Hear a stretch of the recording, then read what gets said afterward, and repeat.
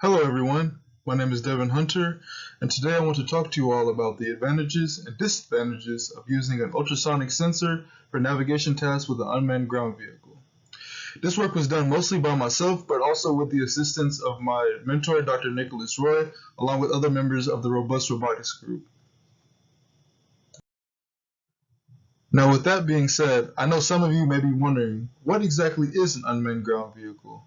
So below I included 3 different examples of different unmanned ground vehicles that you may find. One of the most common ones that I know most of you may have heard in one place or another is the self-driving commercial car. And essentially this car takes advantage of different deep learning algorithms that allow the car to be able to navigate through traffic amongst other cars and pedestrians.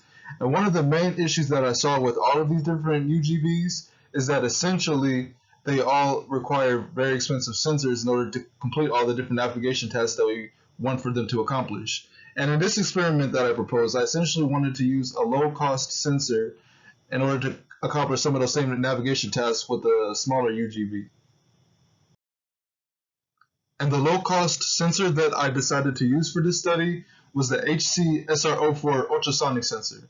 And the way that these sensors essentially work is that they shoot out small ultrasonic pulses, and if there's an object that's actually in front of it, then those same waves will bounce off of the object and go back to the sensor. And from there, the sensor will be able to measure the DFC, or the distance from collision. Now, like I said before, I essentially wanted to use a low-cost sensor and attach it to a small UGV and allow it to be able to accomplish some of the same navigation feats that a more sophisticated sensor would be capable of attached to that same UGV. And the methodology that I proposed for this study is as follows. So essentially, I'm going to first test both the algorithm-controlled UGV along with the teleoperation-controlled UGV through various different navigation exercises. And for those that do not know, teleoperation is essentially controlled through human user input. So basically, the robot was being controlled through a remote control. And going forward, once they both went through the obstacle courses, I was going to execute a performance analysis on both of the robots through a scoring system that I developed.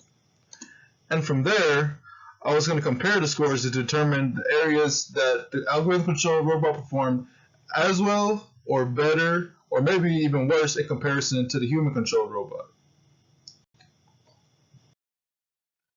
Now, before I talk about the actual results from the navigation tasks, I first want to talk about the UGV that I actually used in the study and its limitations. So the unmanned vehicle that I used in the study was the Elego Smart Car Robot 3.0. And one thing that I want you guys to understand about this robot's design is that this robot actually only contains one ultrasonic sensor, but it is attached to a servo motor which spins 180 degrees. This allows the robot to be able to look at objects from both its left peripheral and right peripheral. However, because there isn't another ultrasonic sensor, it is not able to detect objects on its entire left side, right side, nor its rear. And because of that, there were some issues with obstacle avoidance from those directions that you guys will see and the experiments that will be shown later on in this presentation. I would like to talk about one last thing before I get into the actual results from the navigation study, and that's the algorithm that the robot used in order to complete the navigation task. Now, this actual algorithm was taken from the people who designed the robot originally. However, I included my own little nuance to it, which is that the robot also takes into account its own angular orientation, and based off of that, it'll do one of 3 different things. Now, this algorithm is also controlled by whether or not the ultrasonic sensor on the front end of the robot is able to detect an obstacle within its specified DFC. And the DFC that I chose for this study was 60 centimeters. However, it can be variable to change. I just chose 60 centimeters because I believe that it would be the best for the ultrasonic sensor to be able to detect obstacles and have the robot do the correct actions based off of that. Now, we can finally start talking about the results from the different navigation tasks. And the first navigation task that I want to talk to you all about is the traditional obstacle course that I put the robot through. Now, essentially, all I wanted for the robot to be able to accomplish through this task is for it to be able to use both the ultrasonic sensor along with the algorithm to maneuver through all the different tubwares and get to the goal state, or the end of the obstacle course. And I can show you guys the actual footage of the robot going through the obstacle course. Now, recall that the ultrasonic sensor is attached to a servo motor that allows the robot to check both its left and right peripherals. And from there, it's able to use that to be able to better maneuver to get to the end of the obstacle course.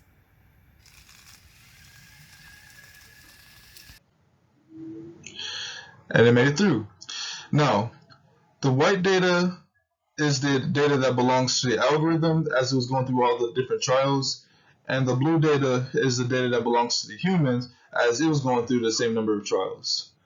As you guys can see, the number of collisions between the algorithm and the human collected data are actually pretty similar. There was only one extra time where the algorithm actually collided with the object while it was going through the obstacle course. So essentially the ultrasonic sensor is pretty accurate, at least in terms of avoiding collisions. However, there was a bit of a time gap, as you guys can see, between the algorithm-controlled robot and the human-controlled robot. And because of that, the average scores between the algorithm and human were shown that the human was able to outperform it, at least in terms of just not colliding with objects as much, and also because it was able to perform a little bit faster. Now, we can talk about the results from the other part of the navigation test, the conventional parking task. Now, in order for the actual car to be able to complete this task, I had to modify the algorithm a little bit so that instead of the algorithm taking into account the angular orientation of the robot, it instead only used the ultrasonic sensor to find the distance from collision from both the left peripheral, the right peripheral, and then also the distance from the object in front of the robot car. With these distances, if they weren't equal to the distances that I put inside of the code, then the robot would automatically adjust itself until those distances were equal to the ones that were in the code. And I can show you guys an example of this right now. As you can see, it originally first hit the side of an obstacle, and that was because, like I said before, there is only one ultrasonic sensor on the car, so it's not accurately really able to detect objects on the sides of it. But as you can see, the robot is auto-correcting itself as it's going through the trial.